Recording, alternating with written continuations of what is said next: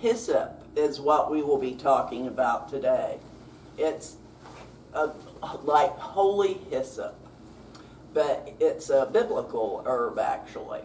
So the healing properties of hyssop is digestive health, and it's used for digestive issues including liver and gallbladder conditions, intestinal pain and loss of appetite. Respiratory support, traditionally used for coughs, bronchitis, and respiratory infections. Hyssop has antimicrobial properties that help combat pathogens. And I've actually used that for my coughs and stuff before in a tea. And then anti-inflammatory effects. Hyssop may help reduce inflammation and boost immune system. Antioxidant properties. Rich in flavonoids, hyssop can act as an antioxidant, potentially reducing the risk of age-related conditions. And additional uses. It may help lower blood pressure, relieve premenstrual syndrome symptoms, and eliminate parasites. So there's another one for your parasites. So how do you prepare hyssop for healing? In a tea, you will infuse 1 to 2 teaspoons of dried hyssop leaves or flowers in 1 cup of boiling water. And you can add honey or lemon if you want to, but you'll place the herb in a cup or teapot of boiling water and pour the boiling water over it. Steep for about 10 to 15 minutes. So a cup of water, 8 ounces generally. My mugs are bigger, sometimes like 10-ounce mugs.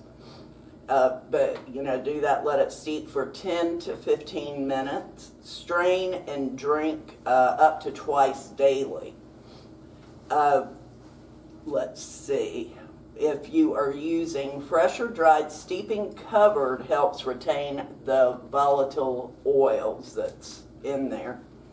And you can make a tincture out of it. Go back to the tincture video to see, how that's done. And then you can do this 1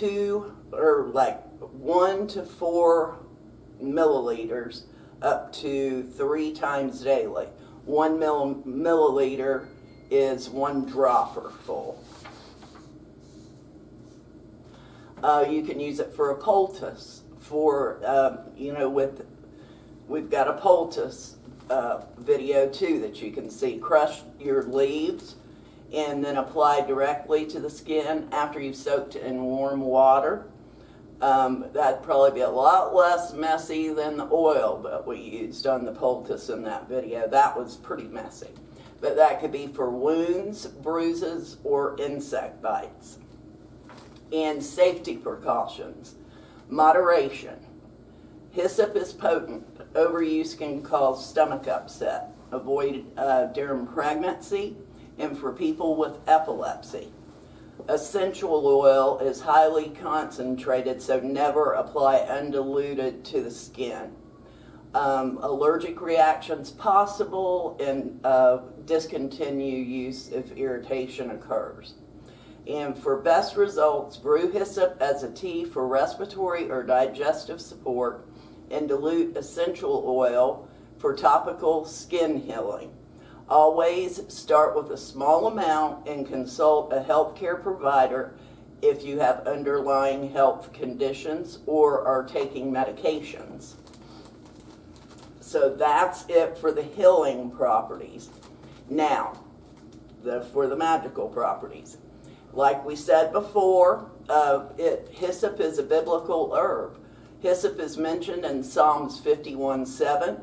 Where King David writes, "Purge me with hyssop, so that I shall be clean. Wash me, so I may be white as snow." This illustrates hyssop's cleansing effects on the body, mind, and soul. So therefore, that's why there's holy hyssop in a bath that you can do, or you can do the dried herb, but there's already product just for holy hyssop, where you would read the Psalms as you take it 4 times a day. I mean, 4 times a week, or 5 times a week, I believe it is. 7. Take one every day. And then you would read Psalms 51 while you're running the bath water in the tub, and then read Psalms 23, right before you get in while you're running the bath water. So you've got to read 2 different Psalms, 51 and 23, while you are doing your bath. That's 23rd Psalms. And then, so for that, purification and cleansing, the baths, adding dried hyssop or the essential oil to a ritual bath to cleanse the aura and protect against negative energies. So anytime you need a spiritual bath, this is what you need. Either the already made product or the hyssop in the herb.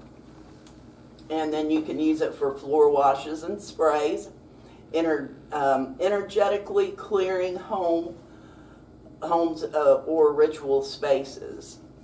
And then incense, burning hyssop, purifies the air and drives out harmful influences. Protection and banishing. Hyssop is also highly regarded for protective magic. Its purifying energy naturally shields against malevolent forces, curses, psychic attacks, and these are the methods that you would use for that. You would either do protective sachets carrying dried hyssop to ward off negativity, or sprinkle around your house the areas that you need purified to create energetic barriers to prevent harm. Sprinkle it outside of your doorway. Hex breaking rituals using hyssop to cleanse oneself or others from dark magic or ill intent.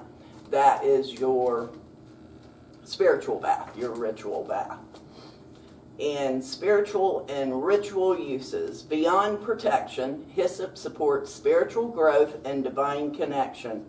It is used to sanctify altars and sacred spaces by placing sprigs or burning as incense. Enhances meditation and ritual work, promoting clarity of thought and spiritual awareness. Emotional healing and empowerment, helping practitioners release stagnant energies and negative emotions. So the way to use that in your spiritual use and purposes is altar offerings to invite blessings. Just put a bowl of it out, a little bowl on your altar. You can burn the incense, do that. Candle dressing for healing, protection, or spiritual awakening.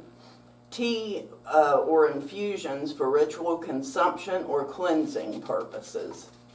And that is it for hyssop. And the next video that we will be doing is Irish sea moss.